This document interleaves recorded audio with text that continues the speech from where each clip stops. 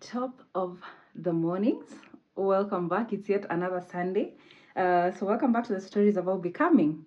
If you're new here and you've not watched the last 3 episodes, I think you best go back and start there because it's kind of we are building up to something that I don't know yet what it is, but we are building up to something. So I'm just sharing with you just some significant moments, some significant things that have poured into me as I am becoming. And this is a work in progress because I'm not done. um, I'm by far not done. And I think my greatest flex is that God has not taken his hand off me the entire time. Even the times that I thought I was walking alone, God was actually carrying me through that season. That's why I thought I was alone, because I needed somebody to carry me, and God had me on his back. God had me on his back. He has had me on his back for the last 28 years. So the first building block. Today we are talking about building blocks. Last week we talked about stepping stones, which were kind of challenges that hindered the process. Today we are talking about building blocks that have poured into the process or have helped the process in one way or the other. And I cannot start this by talking about anything else before I talk about God. Allow me to brag about God for a minute. And actually, let me read a verse for you. I have read this verse so many times. I leave this page open because I just want my house to be surrounded by prayer, and specifically a prayer of victory, because I pray for victory in everything, even in negotiation, even in living and going to meet my clients. I pray for victory every single time. So let me read this for you. I always read this Psalms 20 from verse 1 all the way to 5, but recently I've been reading it all the way through to verse 9. So I usually read it saying amen after every verse. So feel free to say amen after every verse. I'll have you'll know, the guys that get it, they get it. Okay. Yeah. So Psalms 20, a prayer for victory. May the Lord answer you when you're in trouble. May the God of Jacob protect you. May he send you help from his temple and give you aid from Mount Zion. May he accept all your offering and be pleased with all your sacrifices. May he give you what you desire and make all your plans succeed. Then we will shout for joy over your victory and celebrate your triumph by praising our God. May the Lord answer all your requests. Now that the Lord gives victory to his chosen king, he answers him from his holy heaven, and by his power gives him great victories. Some trust in their war chariots and others trust in their houses, but we trust in the power of the Lord our God. Such people will not stumble and fall, but will rise and stand firm. Give victory to the King. O Lord, answer us when we call. And the church said, Amen. What I strongly recommend is that get intimate with the Bible, get to know God for yourself, right? Yeah, that's all I'm gonna say about that topic, because I realize that some of us here, some of you guys there are not Christian, or and this is meant for everybody, both Christians and non-Christians. Yeah, so moving on, the first building block, of course, now goes without saying, God has been and will always be the biggest building block that has been there since the beginning of time. God literally created us, so there's no creation without God, right? Yeah, so God was the first building block that has been there with me through this journey. The second is my mother. Like, I would like to mention my parents as a unit, but allow me just talk about my mother for a second. Now, my mother has I can't tell you the extent that she has gone, but my mother has held me down, not only financially as a parent, but also emotionally, mentally, as in, and most of our parents, if you're a millennial like me, is most of our parents are boomers, and they don't really believe in therapy. They don't really believe in a lot of things that are self-help related. They're just like unafaa ukae ngumu. So mimi, I've always been like a sensitive child, and mind you, I'm the only daughter out of boys alone, so they, like, for me, it was, everything was just kind of strange for them. Like, I was very outspoken. I would say what I feel a lot, and my brothers are very hush, they don't really acknowledge emotions and stuff like that. So growing up in my family was really tough as an outspoken, sensitive child. And this really, I know my parents have really struggled with this, because every time I discover something about myself, I take everybody within the process. I'm like, okay, now I have discovered that I have a wounded inner child, and guys, we are going to have to heal the wounded inner child, because now what are we gonna do? We can't let a wound exist amongst us, right? And my mom, like, we've really gone through the motions with her. Me and my mom's relationship has not always been the same. When I was a teenager, we kind of, we used to fight a lot. With my dad was not there for a big chunk of my growing up. He had to go away for work, and then by the time he came back, it was like 7 years later. I was a different person, and we had to kind of restart. So that is just something maybe we should talk about on its own. But yeah, my mom, she's just always been there. She's just been like my rock this entire time, and our relationship has really evolved over the years.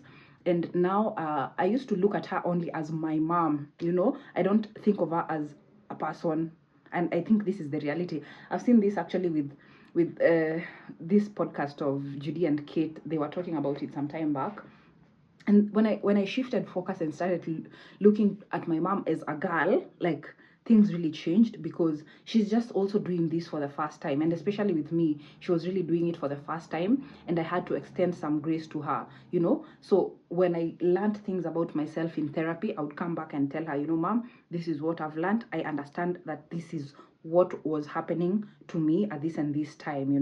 Yeah. And my mom had me when she was really young. Like, if it was me thrown in that situation, I don't know what I would have done. Having 2 children under 5, and your husband is abroad for work, and it's just you.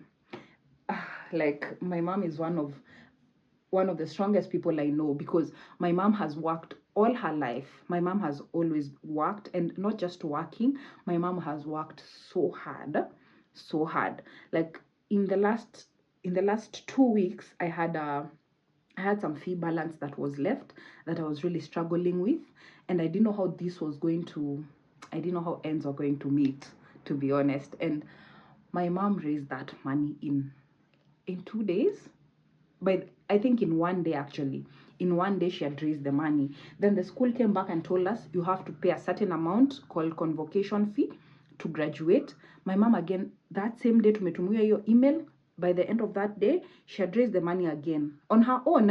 On her own. My mom is a businesswoman. She has a shop where she runs her cosmetics. She sells cosmetic products, beauty products, nini, vitu. So that's why I grew up, like, with a lot of knowledge about beauty, because my mom has always had that thing of beauty, and teaching me all along, like, mambo ya nywele, mambo ya nini, mafuta, and all that. Yeah. So, like, as in, I don't even know how to describe it, but my mom has gone above and beyond. Like, anaenda huko kwa chama, anawaambia, please mnipatie number 1, kwa sababu I have to pay for my daughter's school fees at the university. Like, she has had to take some loans, as in, I don't know, I've told you guys, I don't really come from a well-off background, a rich family. No, I come from a family of hardworking people. Like my dad, sometimes I don't see things from his perspective. Sometimes I choose to focus on the fact you had a choice and you left us. For it that he left for work, I still sometimes usually struggle with the fact that you had a choice, Yeah. And like, please, you can drag me in another video, but then like, it just felt like he was always the bad guy for leaving. And there's a lot of trauma, as you can see, in that area, because I have a lot of abandonment wound because of that, something that I'm still working through in therapy.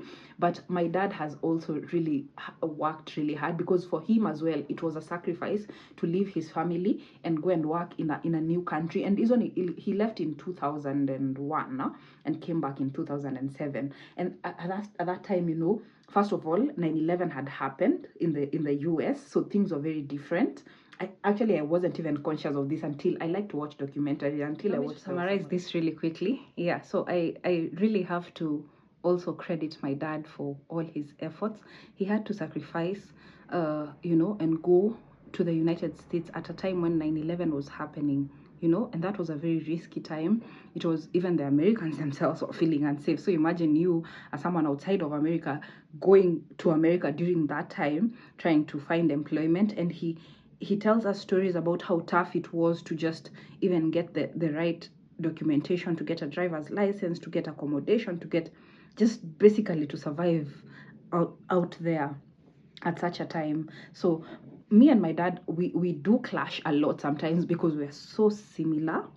I'm a lot like my dad. I don't know if I've said this before.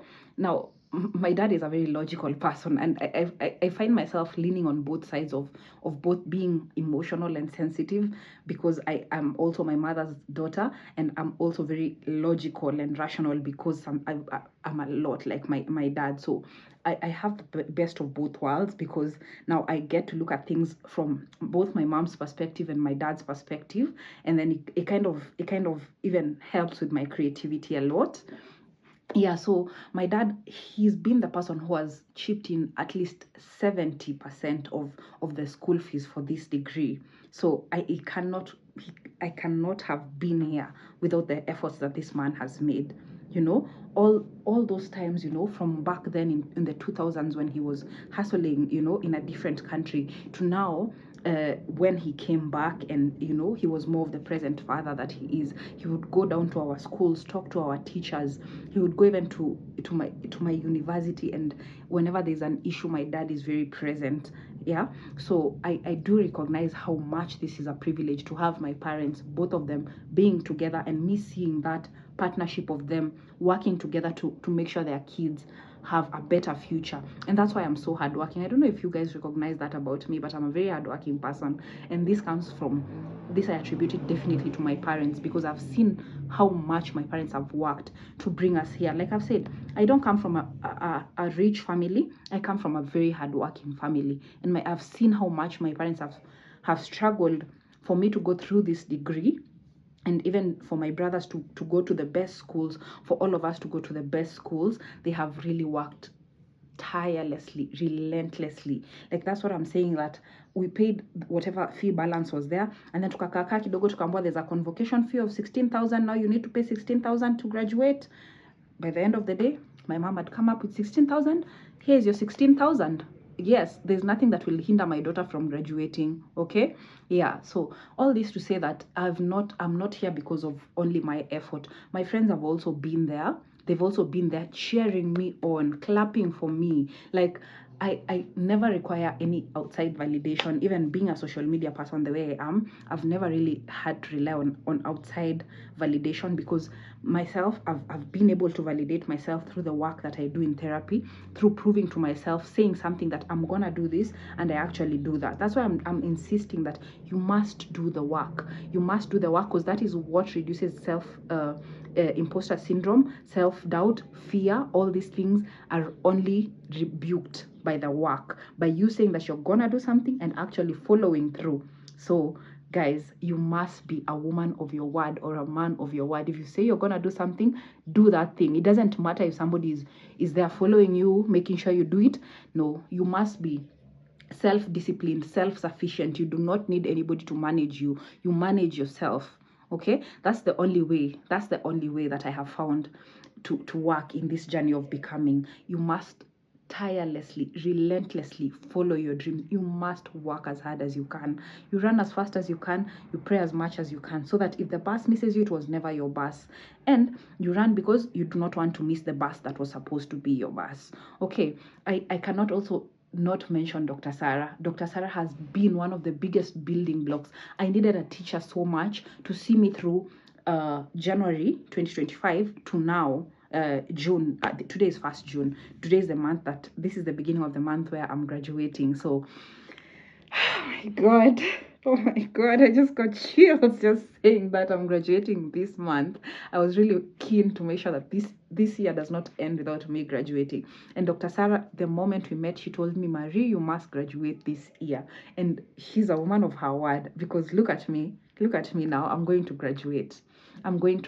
Like, I am a testimony. Like, I'm living proof that you can actually achieve it even when the odds are stacked up against you. I told you last week, the person from records lost my documents. They were like maybe not seeing how important it is for me to actually, they're not blessed with the vision that I have to see my journey, so they might not see it as clearly as I see it now. And then for so long I did not see it clearly. There was a lot of tears in my eyes that blurred my vision, and Dr. Sarah came and told me, God has your back. She never told me anything new, anything that I didn't know. She highlighted the things that I didn't know, that I did know, that I needed to be a teacher to carry me through that last phase, to pour into me a bit more so that I can really run through that finish line the way that I ran. And Dr. Sarah, I know you'll never see this, but thank you so much. Thank you so much, Dr. Sarah. I would not be here without you. So guys, these are the building blocks that have been there in my life. Far be it that I've not mentioned therapy. I've been mentioning therapy the other times, but therapy has really been a big one. Prayer has been a big one. And my support system has really held me down, right? And also my self-validation. I have also done the work. So you must do the work. This is what I have found that actually enables you to become what you're meaning to become. So guys, let me end it here. I will catch you on the next video for sure. If you have not subscribed, please consider subscribing to this channel so that we can actually be able to accomplish some of these goals that we are reaching towards. I'm aiming for 5,000. So guys, please help me see this goal through. I'm really depending on you guys. Thank you so much. Till I see you on Wednesday. Love you, mean it.